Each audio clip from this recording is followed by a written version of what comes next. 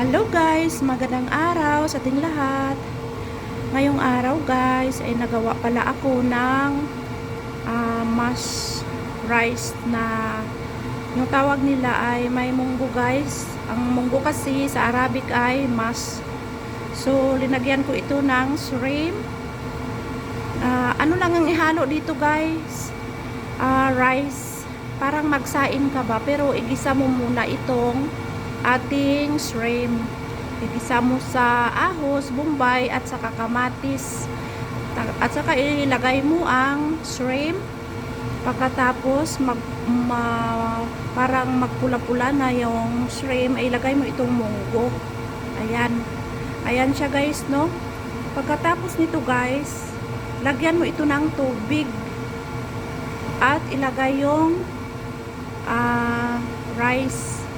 Yung mga spicy pala nito guys ay hindi ko lang maano sa inyo, pero pwede ito sa atin guys. Huwag mo lang ilagyan ng spicy nila, no?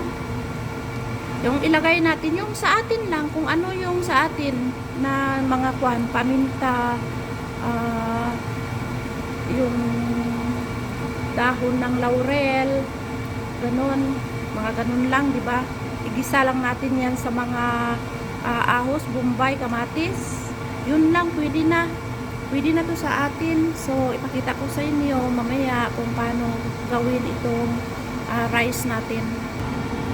Ayan na guys, oh. Kumulo na ang ating shrimp at saka munggo. So, ilagay na natin yung rice, no? Para maano siya. Sabay-sabay sila sa pagkaluto nito guys. Parang magsaing ka lang. Pero wag mo masyadong ihalo-halo. Lalo na sa atin yung bigas natin ay masyadong malambot. Dito kasi guys, okay lang halo-haluin kasi yung bigas dito guys ay matigas. Matigas siya. So hindi siya madaling wag mo lang wag mo lang damihan ng tubig. Kung kulang ay dagdagan lang. Huwag na lang maramihan para hindi madurog yung ating rice, no? So ilagay ko na. Yan, ito na yung rice natin, guys. Tapos ihaluin muna natin para ma-mix siya. Yan, ganun lang. Huwag masyadong halong-halo, parang na siya, pakunti-kunti lang siya. Yan, at para ma-mix lang, no? Tapos hayaan lang natin, takpan lang natin to siya, hayaan natin kunti. Tapos mamaya tingnan na naman natin, kasi dagdagan lang natin yung tubig kung kulang. So ito na yung linuto ko guys. Oh, hinihintay ko lang. Hintay ko lang niya ang tubig ay magbaba para haluin na naman. Kasi wag nating haluin, baka mamaya madurog yung ating rice. So, ito lang yung kusina natin, guys. Ganito lang yung pamumuhay ko dito sa araw-araw sa ibang bansa. No?